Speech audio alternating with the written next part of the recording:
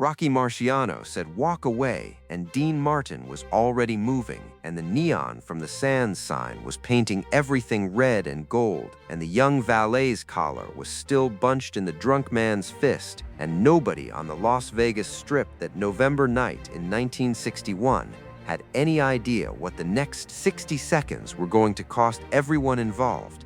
And the thing about the 60 seconds is that they began not with a punch, not with a word, but with Dean taking his hands out of his jacket pockets, slowly, the way a man reaches for something he put down a long time ago and is now picking back up, and Rocky Marciano seeing those hands in the neon light and understanding immediately that he had already lost the argument.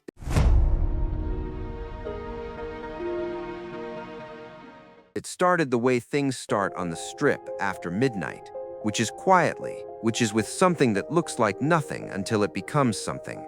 Dean and Rocky had come out of the Sands through the side entrance, the one the staff used, the one that put you on the street without the doorman and without the photographers and without the particular weight of being recognized by everyone who passed. Rocky had asked for that.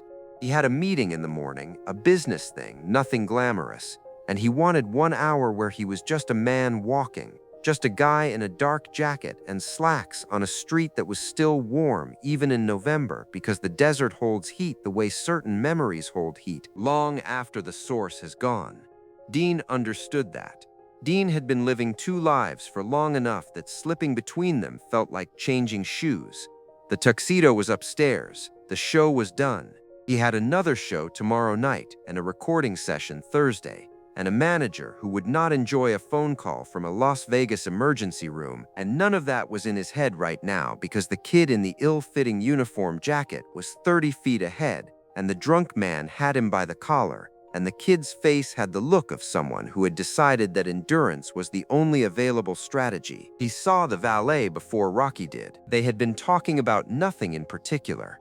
Rocky had a theory about the heavyweight rankings that Dean disagreed with, and they had been disagreeing about it for 3 blocks in the comfortable way of 2 men who have enough history between them that disagreement is just another form of conversation.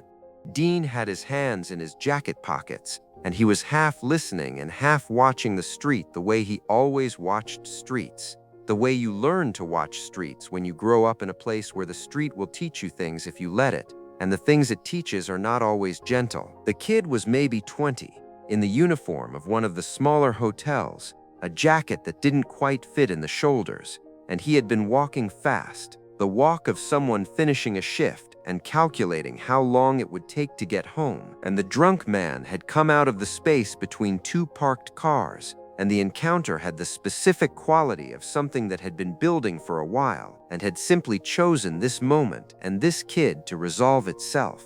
The drunk was large, not tall, but wide. The kind of wide that comes from years of physical work or years of not caring what physical work does to a body.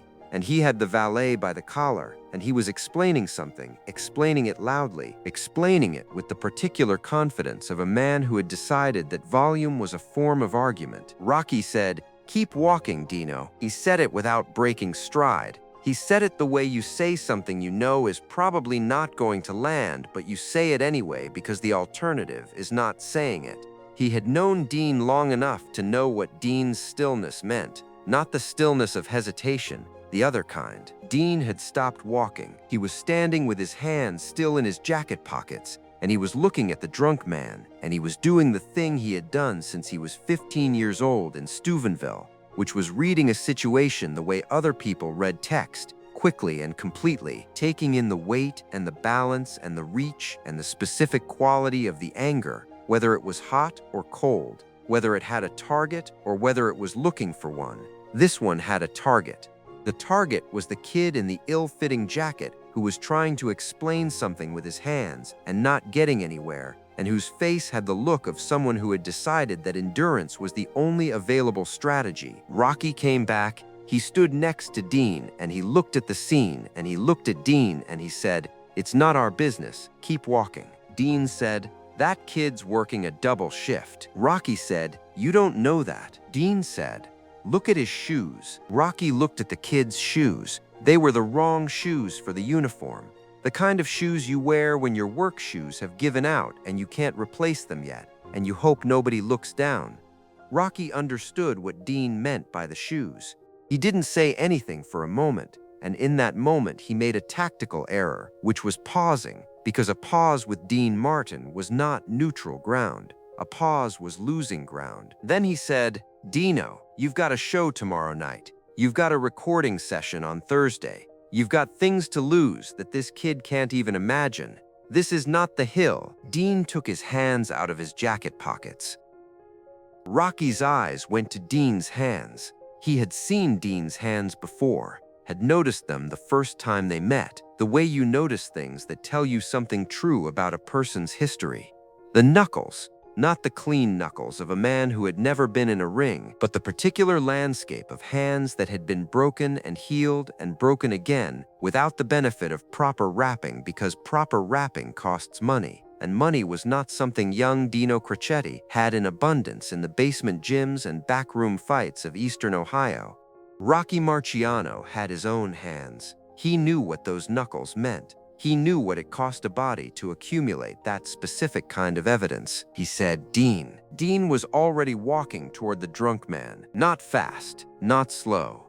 The walk of someone who has made a decision and is now simply executing it. No audience required, no announcement necessary. There was something that happened inside him in those 6 steps that he would never describe to anyone. Not Rocky, not his manager, not the people closest to him. A kind of temperature change. The specific shift that used to happen in the seconds before a bell rang in a gym that smelled of sweat and concrete. And the particular ambition of young men who had nothing except their willingness to take what the ring gave them. Kid Crochet had stood in that feeling dozens of times. Dean Martin had stood in front of millions of people in tuxedos and never once felt it. 6 steps on a Las Vegas sidewalk, and it was back, as complete and familiar as if it had never left. The drunk man noticed him when Dean was about 6 feet away, noticed him the way people notice someone approaching at night, when the approach has a quality to it that registers before the conscious mind has fully processed what it's registering. He said, "The hell do you want?" Dean said, "Let him go." He said it the way he said things when he meant them completely, without the warmth, and without the showmanship, and without any of the considerable social machinery he had spent 20 years developing and deploying. Just the words, just the voice underneath the voice that the audiences never heard, the one that had nothing to sell and nowhere to be except exactly here. The drunk man looked at Dean, and he saw a man in a dark jacket who was not especially large, and who had no business in this conversation, and who had apparently decided to insert himself into it anyway. He made the calculation that most people make when they see a man of Dean's size and Dean's presentation, which is the wrong calculation. He said, "Walk away, pal. This doesn't concern you." Dean said, "The kid, let him go." Last time, Rocky had moved up behind Dean and slightly to the left, the instinctive positioning of a man who has been in enough physical situations to know where to stand without thinking about it. He wasn't saying anything. He had his eyes on the drunk man's 2 friends who had materialized from somewhere and were now standing 10 feet away watching the conversation develop with the specific attention of men deciding whether to get involved. Flanking geometry, the unconscious spatial logic of people who had done this before.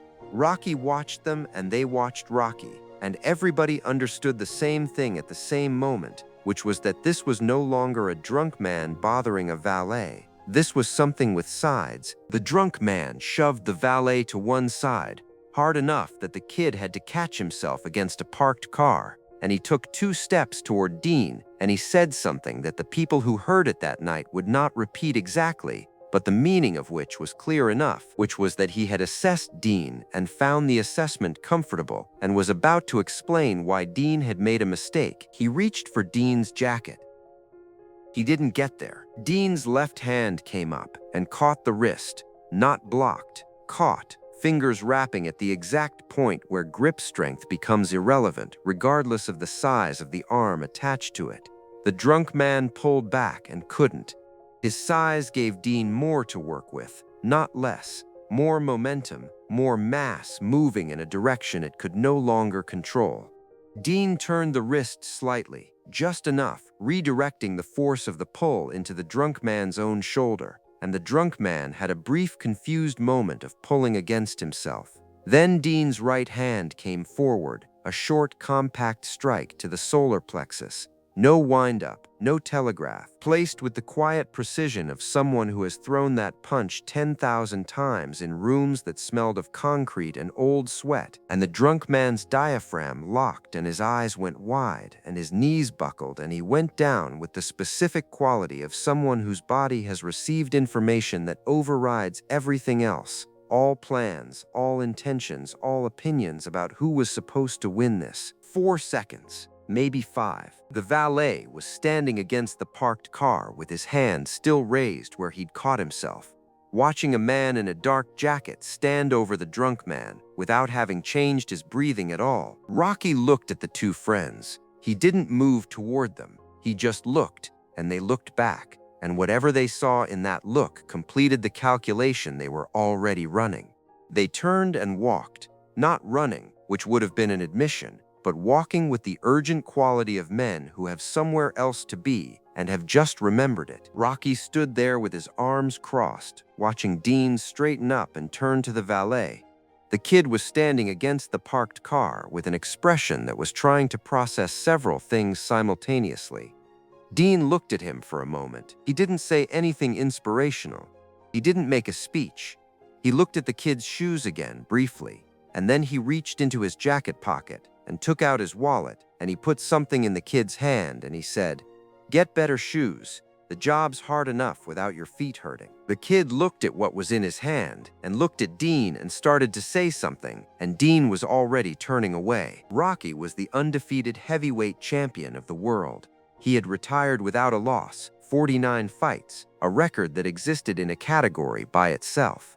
He had spent his entire adult life in the specific discipline of physical confrontation, had dedicated himself to it with a completeness that most people never bring to anything, and he was standing on a street in Las Vegas looking at a man who sang for a living and who had just handled a situation in 4 or 5 seconds with a technical economy that Rocky, who understood technical economy as well as anyone alive, could only describe as clean, no wasted movement, no half-second of recalibration between intention and execution. The wrist trap was correct. The redirect was correct. The placement of the strike was correct in the way that only becomes correct after you have thrown it wrong many times in rooms that charged you for the mistake.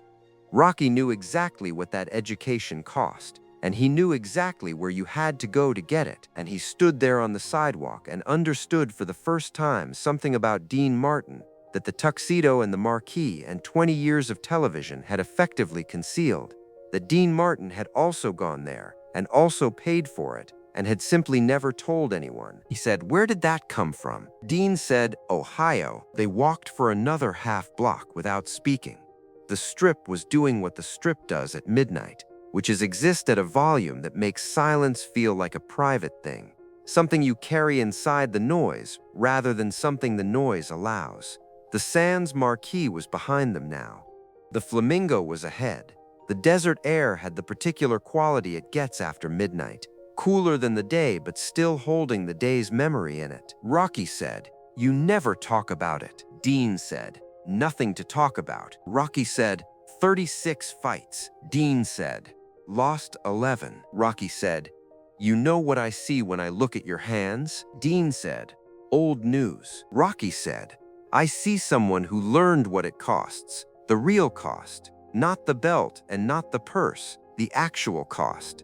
What it does to the body when you do it without the tape and without the proper equipment and without anyone showing you the right way because you're figuring it out alone in rooms that don't have a lot of patience for figuring it out." Dean didn't say anything for a moment.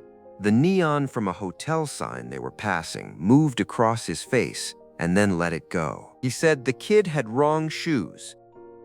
Rocky said, "That's not why you did it." Dean said, "That's part of why." Rocky said, "What's the other part?" Dean looked at him. He had a way of looking at people that was different from his stage look, different from the warmth he deployed with such apparent effortlessness in front of audiences and cameras. This look had no warmth in it, but it wasn't cold either. It was simply direct. The look of someone who has decided to tell the truth and is doing so without decorating it. He said, because nobody else was going to. Rocky didn't say anything. Dean said, "You know how many times somebody stepped in for me? When I was that kid's age, working the wrong jobs in the wrong places, wearing the wrong shoes, figuring out how the world worked by getting it explained to me the hard way?" He paused. Twice. 2 times in 4 years somebody stepped in. And both times it changed what I thought was possible. Both times it told me something I needed to be told, which was that the situation was not fixed, that someone could decide to make it different. He put his hands back in his jacket pockets. That's worth something, passing that along. That's worth more than keeping your jacket clean. Rocky walked beside him and didn't say anything for another half block. Somewhere behind them a car horn sounded, brief and impatient, and then stopped. The desert air moved through the gap between 2 buildings and was briefly cool against their faces. Rocky said, "The hands, Dino. The way you moved, you didn't lose that." Dean said, "You don't lose it. You just stop using it." Rocky said, "Until tonight." Dean said, "Until tonight." They walked the rest of the block in the specific silence of 2 men who have arrived at something true together and have the good sense to let it sit without covering it with more words. The strip moved around them, loud and lit and entirely indifferent to what had just happened in the space between 2 parked cars, which was the way the strip treated everything, which was part of what made it the strip. It held everything and remembered nothing. The stories that happened in its light were kept by the people who had them, carried forward in the private archives of whoever had been standing in the right place at the right moment. The valet's name was Eddie Rojas. He was 19, not 20. He had been working a double because his mother was in the hospital, and the hospital had costs that his regular shift didn't cover.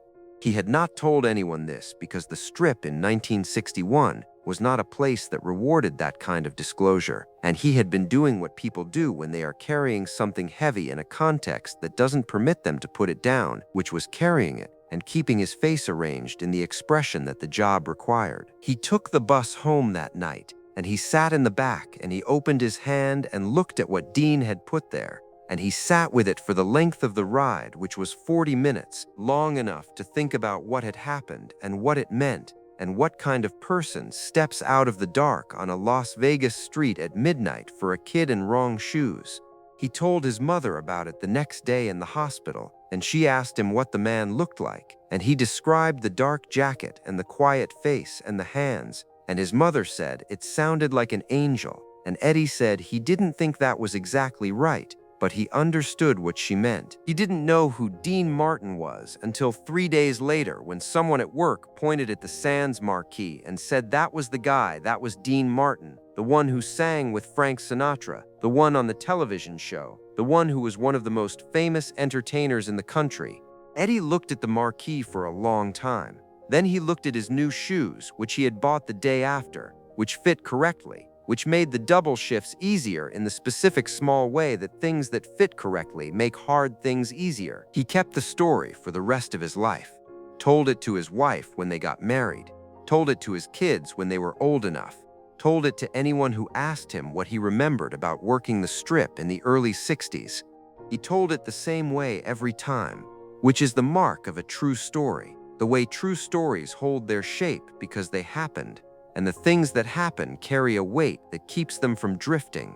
The man in the dark jacket, the quiet face, the hands, the shoes he was told to replace, and the specific strange grace of someone who could have walked past and chose not to, who had somewhere to be the next night and the night after, and simply decided that this moment on this sidewalk mattered more than any of that, and acted on that decision without explaining it or asking for anything in return. Rocky Marciano told his version for the rest of his life, in interviews and in private conversations, and in the specific context of people asking him about Dean Martin, about who Dean Martin actually was underneath the persona and the polish. He always said the same thing.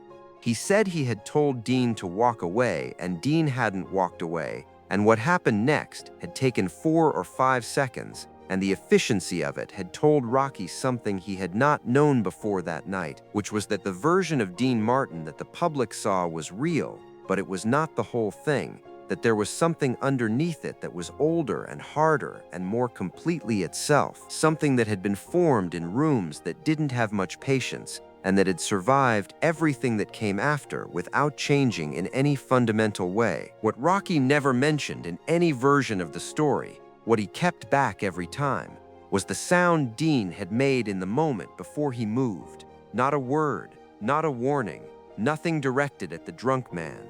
Something quieter than that. Something Rocky had heard before, only in gyms and in dressing rooms before fights. The sound a person makes when they have finished deciding and are now simply doing. The sound of something that has been waiting a long time being given permission. Rocky had made that sound himself, many times, in 49 professional fights. He recognized it. He had never heard it from Dean Martin before that night, and he never heard it again, which made that night the only time he ever saw the complete version of what Dean Martin actually was, without any of the layers that made it presentable for public consumption, and he kept that detail.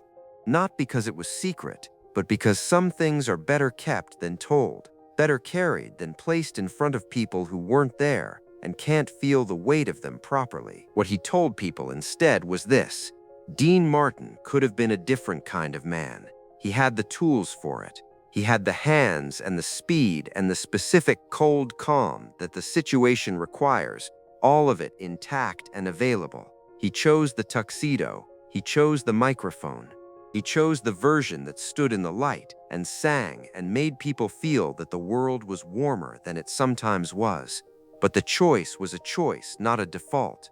The other version was always there. On a street in Las Vegas on a November night in 1961, the other version came out for 4 or 5 seconds, handled what needed handling, and went back inside. And the strip forgot, the way the strip forgets everything.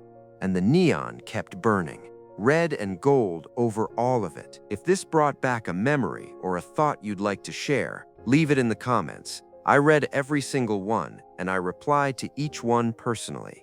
If you enjoyed spending this time here, I'd be grateful if you'd consider subscribing. A simple like also helps more than you'd think.